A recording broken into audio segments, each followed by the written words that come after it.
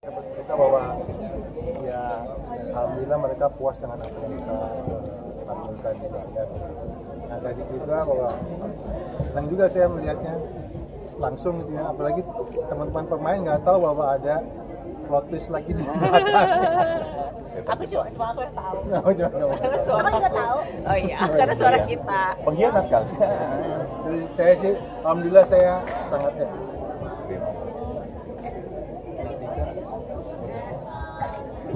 Seperti apa ya? Ya nggak tahu, saya belum dapat kabar apa-apa sih setelah pertandingan ini animo masyarakat. Cuman dari kemarin posting tuh kayak banyak yang relate ya, apalagi karena ini isunya bullying, mungkin sangat relate dan relevan dengan kehidupan sehari-hari, sangat dekat lah gitu dengan masyarakat. Jadi ketika kita promo gitu banyak banget yang respon kayak nggak sabar untuk tayang segala macam gitu. Dan melihat yang setelah premier hari ini pada ini ya cukup terkesan, jadi ya tadi melihat acting kamu juga seperti apa? Kalau acting aku gak bisa nilai, tapi bagus banget. terima kasih. Tapi aku tahu pas promo kemarin juga aku melihat antusias orang-orang sangat besar sekali buat film ini. Semoga orang-orang nanti kita setelah nonton filmnya happy dengan hasilnya dan suka. Yang kedua adalah bicarnya. Apa pertanyaan? Sama. Ya sama. Yang pasti bersyukur bahwa proses panjang yang salah satu film paling berat semuanya kalau boleh ngasih tahu, karena saya baru bisa seolah-olah lepas dengan karakter Abimanyu setelah tadi selesai dari title, maka saya sempat pecah di situ karena saya ngerasa sedih dan kehilangan harus berpisah dengan Abimanyu gitu. Karena untuk jadi Abimanyu saya harus recall semua pengalaman saya yang pernah saya rasakan untuk menghidupi Abimanyu sesuai dengan kebutuhan peran di cerita ini. Dan semoga apa yang udah kami upayakan ini nanti bisa diterima dengan baik oleh teman-teman, termasuk juga pesan-pesan dalamnya tentang kesadaran mengenali diri sendiri, kesadaran untuk bahwa jika ada korban bullying, speak up dan berani bela dirinya demi kebaikan diri sendiri. Kayak gitu sih kira-kira. Mas, tapi mengkemistrikan dengan anak dia sisi marah apa dengki seperti apa sih saat readingnya? Sangat sulit. Satu, anak saya laki-laki, jadi pendekatannya akan beda sekali dengan pendekatan ke anak perempuan kan. Dan lebih sulit lagi kemudian di sini Ellie adalah orang asing baru yang muncul, dan kemudian gue belajar mencintai lagi dengan kehadiran Ellie setelah anaknya udah gede-gede 4 orang ini.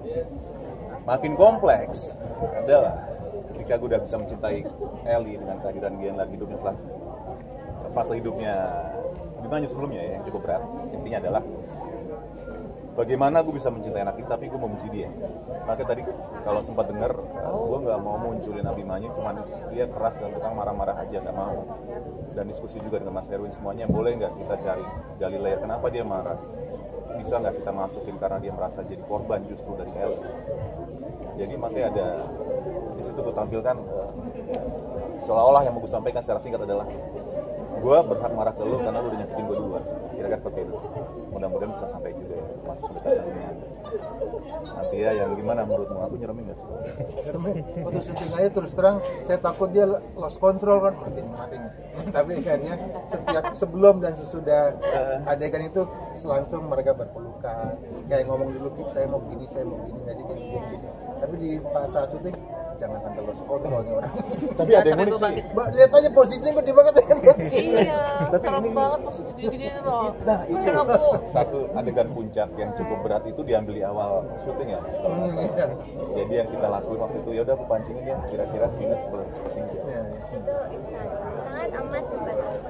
Tapi abis aku pancing dialognya tak diemin. Iya. Jadi abis tak pancingin aku nggak mau ngeliat muka dia sampai take pertama.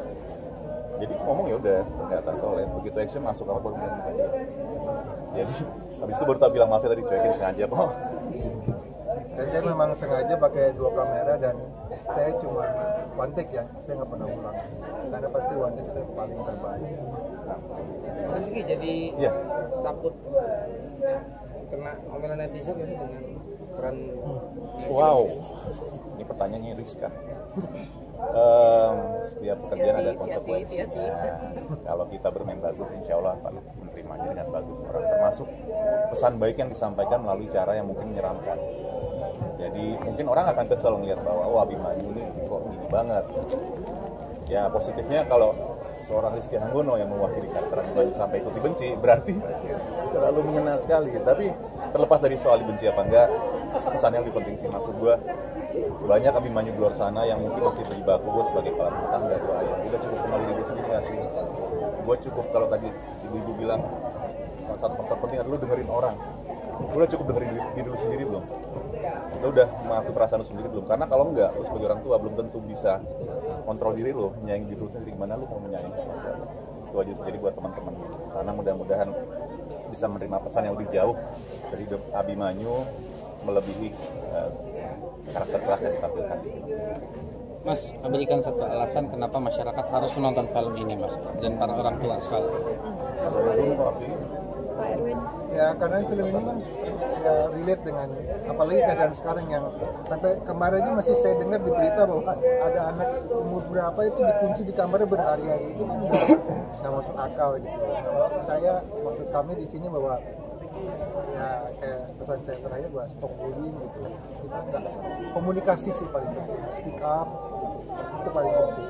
Jadi mungkin yang lain bisa nonton film ini, mungkin bisa berbagi empati, bisa ada empati untuk keluarga ini, bisa menghargai satu sama lain. Ya, simpelnya gini lah, saya cukup percaya gini sih, bahwa kalau lu nonton film lu bisa berkaca dari masing-masing karakter yang tampil di sini kok. Diana, Sana, semuanya kita bahkan ada yang bisa relate sebagai korban bullying, ada yang bisa relate bahwa oh kok gue pelaku yang disentil mesti nonton film ini. Jadi insya Allah kalian bisa relate dengan setiap karakter problematik.